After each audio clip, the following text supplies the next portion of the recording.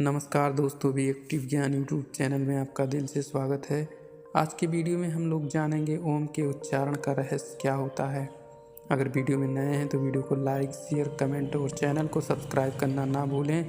तो आइए वीडियो को शुरू करते हैं। ओम का यह चिन्ह ओम अद्भुत है। ये संपूर्ण ब्रह्मांड का प्रतीक है। बहुत सी आकाश गंगाएं इसी तरह फैली हुई हैं। ब्रह्मा का अर्थ होता है विस्तार, फैला और फैलना। ओमकार ध्वनि के 100 से भी अधिक अर्थ दिए गए हैं। अनादि और अनंत तथा निर्वाण की अवस्था का प्रतीक है। आइंस्टाइन भी यही कह के गए हैं कि ब्रह्मांड फैल रहा है। आइंस्टाइन से पूर्व भगवान महावीर ने भी कहा था। महावीर से पूर्व वेदों में इसका उल्लेख मिलता है। महावीर ने वेदों को पढ़कर नहीं कहा, उन्होंने तो ध्यान की अनंत गहराइयों में उतर कर देखा, तब कहा। ओम को ओम कहा जाता है। उसमें भी बोलते वक्त ओम पर ज़्यादा जोर दिया जाता है। इसे प्रणव मंत्र भी कहते हैं, यही सही है।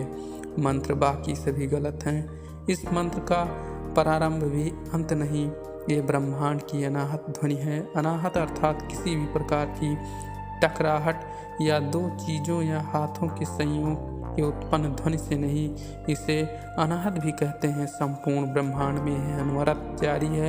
तपस्वी और ध्यानियों ने जब ध्यान की गहरी अवस्था में सुना कि कोई भी ऐसी ध्वनि है जो लगातार सुनाई देती रहती है, शरीर के भीतर भी और बाहर भी, हर कहीं वही ध्वनि निरंतर जारी है और उसे सुनते रहने से मन और आत्मा शांति महसूस करती है, तो उन्होंने उस ध्वनि को नाम दिया ओम।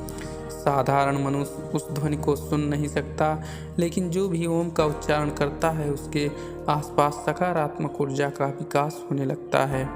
फिर भी उस ध्वनि को सुनने के लिए तो पूर्णतः मौन और ध्यान में होना जरूरी है। जो भी उस ध्वनि को सुनने लगता है वो परमात्मा को सीधा जुड़ने लगता है।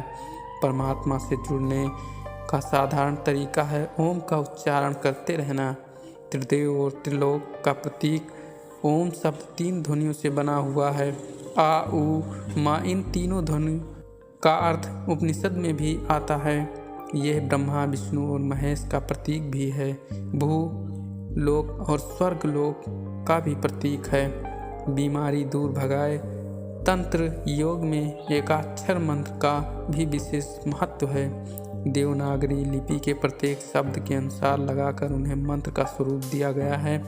उदाहरण के तौर पर कंग, खंग, गंग, घंग आदि। इसी तरह की क्लिंग, हिरिंग, हूं, फट आदि भी एकाक्षरी मंत्रों में भी गिने जाते हैं। सभी मंत्रों का उच्चारण जीभ, होंठ, तालु, दांत, कंठ और फेफड़ों से निकलने वाली वायु से सम्मिलित प्रभाव से संभव होता है।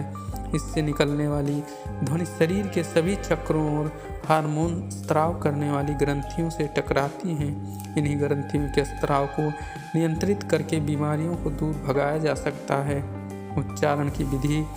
प्रातः उठकर पवित्र होकर ओमकार ध्वनि का उच्चारण करें। ओम का उच्चारण पद्मासन, अर्धपद्मासन, सुखासन, वज्रासन में बैठकर कर सकते हैं। इसका उच्चारण 5, 7, 10, 21 बार अपने समय अनुसार कर सकते हैं। ओम जोर से बोल सकते हैं, धीरे धीरे बोल सकते हैं। ओम जप माला से भी कर सकते हैं। इससे शरीर और मन को एकाग्र करने में मदद मिलेगी। दिल की धड़कन और रक्त संचार व्यवस्थित होगा। इससे मानसिक बीमारियां दूर होती हैं।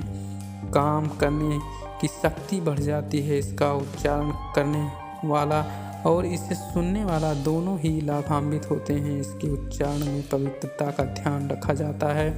शरीर में आवेगों का उतार चढ़ाव, प्रिय या प्रिय शब्दों की ध्वनि से श्रोता और वक्ता दोनों हर्ष, विषाद, क्रोध, घृणा, भय तथा कामेच्छा के आवेगों को महसूस करते हैं। अप्रिय शब्दों से निकलने वाली ध्वनि से मस्तिष्क में उत्पन्न काम, क्रोध, मोह, भय, लोभ आदि की भी भावना से दिल की धड़कन तेज हो जाती है, जिससे रक्त में टॉक्सिक पदार्थ पैदा होने लगते हैं। इसी तरह प्रिय और मंगलमय शब्दों की ध्वनि मस्तिष्क, हृदय और रक्त पर अमृत की तरह आह्लादकारी रसायन की वर्षा करती हैं।